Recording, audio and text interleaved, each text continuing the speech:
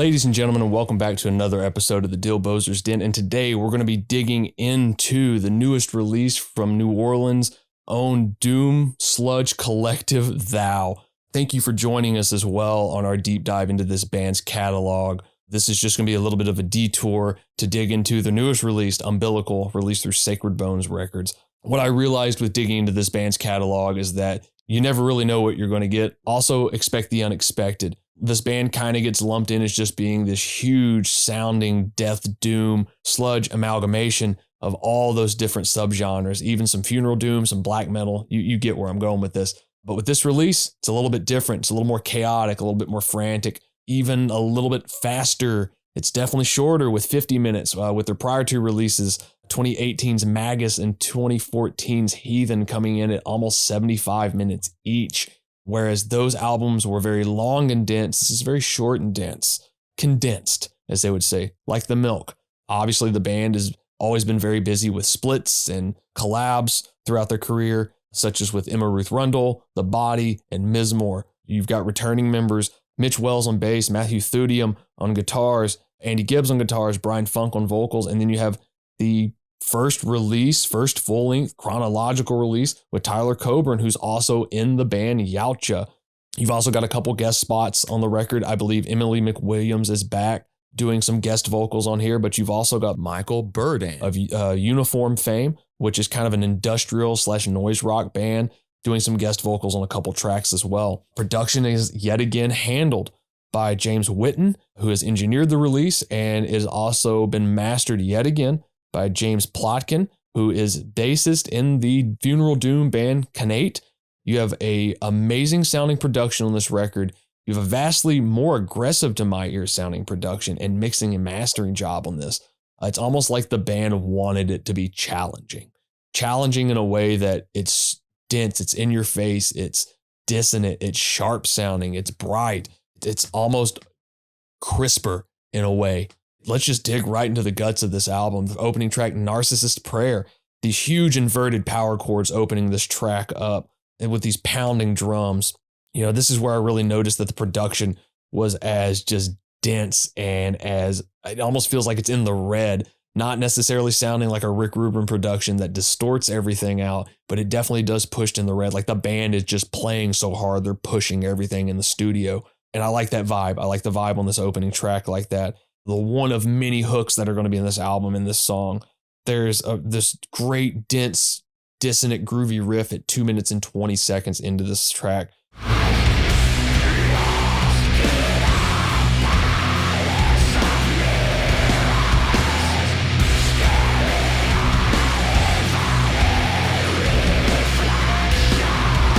There's this just great, unrivaled venom and vitriol being spat into the mic by Brian on this track, as well as the rest of the tracks on the album. This album feels like it got a little bit more personal. Maybe there were some different subjects of different songs that drew a little close to home for the band. Great opening track. We go right into track 2, Emotional Terrorist. And the one thing that all three of the hosts of the Riff Worship podcast noticed was that the bass really cuts through in the first part of the song. It definitely sounds like Mitch is probably either playing the higher note of a low octave chord, or he's just hitting the note really hard, or like popping the note out to really make it sound. It's probably some of that 311 influence he's throwing in with the band that he's very prone to do throughout the band's catalog. But it really sticks out almost as like this weird hook. This is a really standout track on the record. If this were a different world and you would get multiple singles from aggressive records like this would be one of the singles you'd get from it.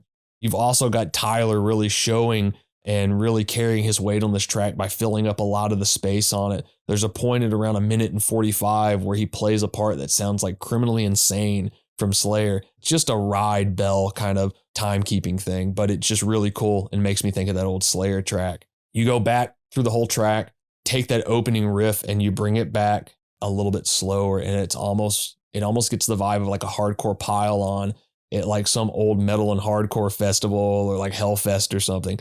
This band would have definitely been playing those festivals if they existed at that time.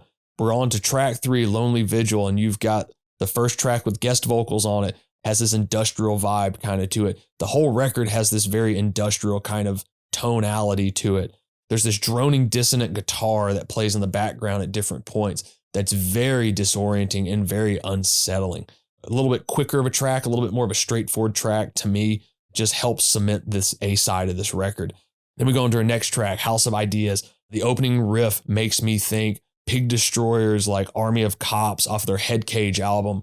Just a very modern sounding track without sounding overproduced or just pandering. It's just a really good low tuned riff that comes in.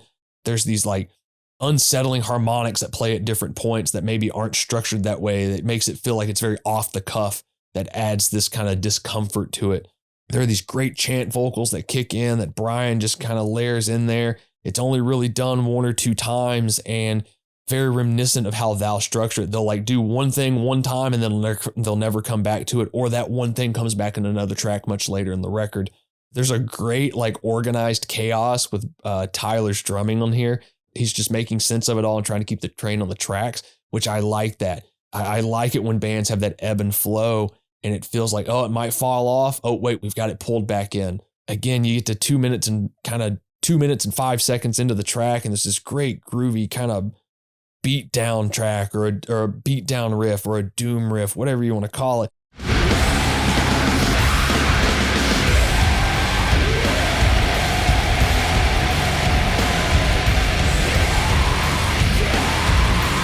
I always think of beat down riffs because it's just like it's beating you into submission over the head, like getting hit with a skillet. Always expect the unexpected. You got a drone riff that kicks in and it just builds and builds and builds until it gets to this very post-rock, post-metal, just a mask of cascading sounds that very reminiscent of like an Amun-Ra or a Neurosis, and it just plays out to the end of the track. Next up is the first single off of the record. It's fast. It's got a different rhythmic pace to it. I believe Andy has stated that it's kind of a companion track to the Smashing Pumpkins song Bodies. To me, it sounds like the drums are from Sepultura's Chaos AD, primarily the song Territory. I hope Tyler's influenced by that. If not, it just happens to sound that way. But it kind of sounds like Del Crover playing that. Very snappy, very just abrupt in there. And just like, it's almost like as soon as the drum hits, it's there, it's out, it's in the ear. Further cementing that this is a different type of album for the band. This track is maybe the fastest track on the album. It's a little bit different from the rest of the stuff on the album. It's a great single. The title makes me think of some older Nirvana tracks like Endless Nameless or Hate Myself and I Want to Die. That's the first thing that came to mind. There are some vocal effects towards the end of this album that I noticed upon last listen that I really enjoyed. It's a very robotic sounding thing off to the left side of kind of the headphones, and it's just slightly there. You just kind of hear it. Great single for an album. They definitely knew what they were wanting to do with this. Next up is Unbidden Guest. The amount of changes and riff adjustment in the first 45 seconds of this track could literally be a whole band's other own song. This band has always been really good with like changing things slightly to make it seem like a different part, or like playing things out and it's one long part. And if you look at it in scope, it's like 4 different parts or something. They're just really good with structure. They're really good with keeping the listener interested because they themselves like to play things that interest them. And as a musician, it's always nice to be able to kind of play around a little bit, and getting to do that on a song and an album like this would be fantastic. You've got this, what can either be one of two things. It's either a really distorted 808 coming in. It just like swarms out of the left and it like piles right into the right ear, or they've taken a bass track, isolated it, and pushed it to the front of the mix. Either way, it sounds fucking cool and it's jarring. I like that it's jarring. I like that every time I hear it, I still don't expect it. This track just pummels. That's what I want. I want to feel that nervous energy. I want to feel frantic. I want to feel like I'm at a show and I don't know what to expect, even though you get a little bit of anxiety from that. It's that nervous and infectious anxiety you want, where you go, what's going to happen? And just people are just flying off the stage or whatever's happening. It's going to be a wild reference to make in this, but bands like Knocked Loose still kind of have that vibe to them where like there's just a lot of bodies involved with it.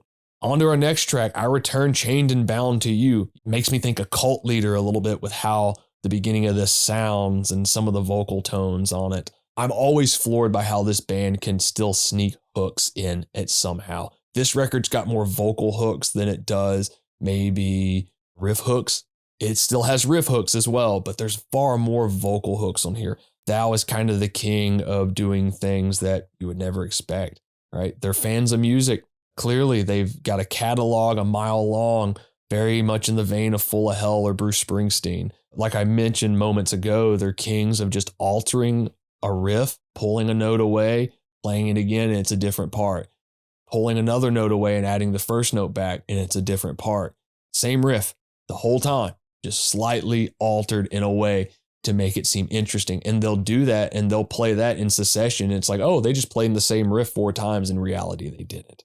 But that's what's so cool about it. And maybe that's the vibe of the band riding together in a space and playing things off of each other, throwing things back and forth to each other. Let's do this 8 times rather than 16. Let's do this 2 times rather than 4. You know, that sort of thing. There's a big tonal change at the middle of this track that sounds like you're lost in the woods. It's a terrifying night and it just keeps going and it feels uncomfortable. Then the minute you reach the highway and you finally found light, the riffs upon driving riffs just kick back in.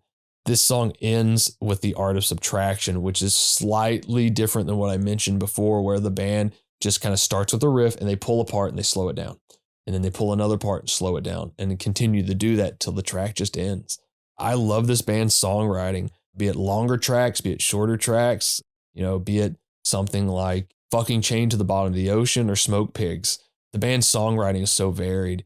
And I mean, hell, when they do covers, they essentially write their own song and just sing the lyrics over it. And that's what's so fucking cool about it. And they can get away with it because it still sounds very familiar to those cover tracks. The final 3 tracks on this album really, really staple the fact that I love the B-side of this record. We're going to start off with The Promise, which might be the most different sounding song on the album without sounding like it shouldn't be there.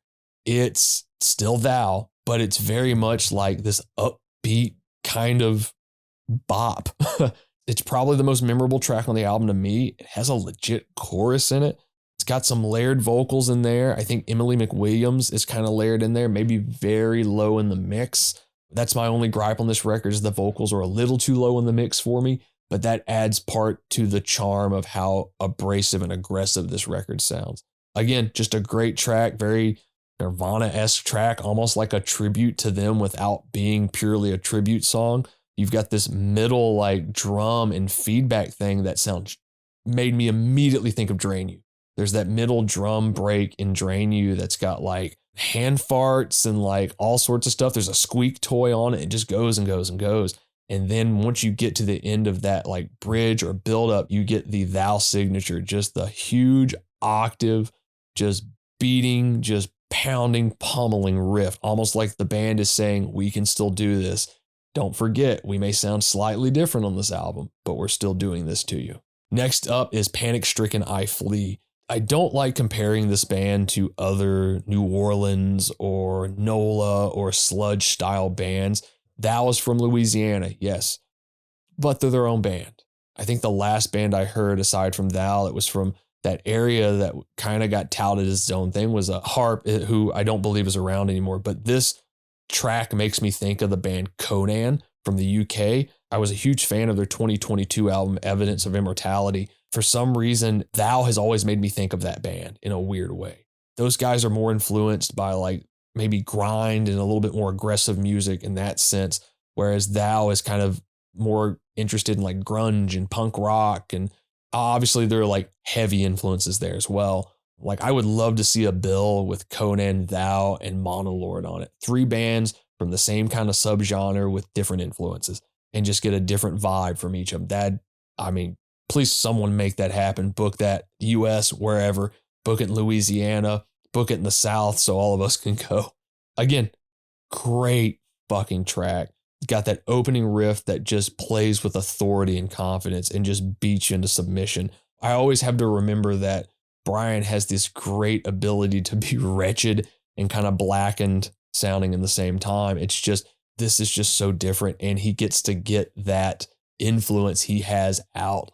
I would love to hear what type of black metal Brian's into. But back to the track, you know, you get all these great riffs. You get this just driving, pounding track.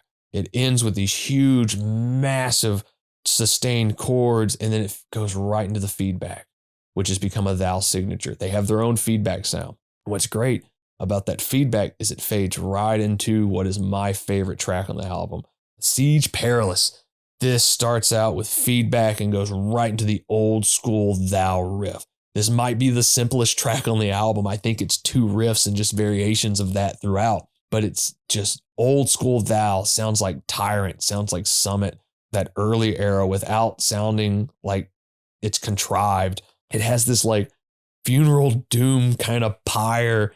It has these great single note riffs that are just bent to perfection, be it an 8, a quarter, a half, whatever it is. It sounds like I'm selling something illicit by describing that. It's remarkable how sometimes you can just bend the note and it changes the whole feel and whole guide of the song. What I've learned from this huge, massive deep dive of this band that we've done is that there's a record for everyone in this band's catalog, be it a collection, a compilation, be it one of the chronological full lengths, collab, a split. There's something for everybody with Thou. This album in particular is not necessarily them changing too much. It's shorter, yes, the songs seem more abrupt and maybe quicker and frantic, but it's not vastly different. But it's just altered enough to be something new.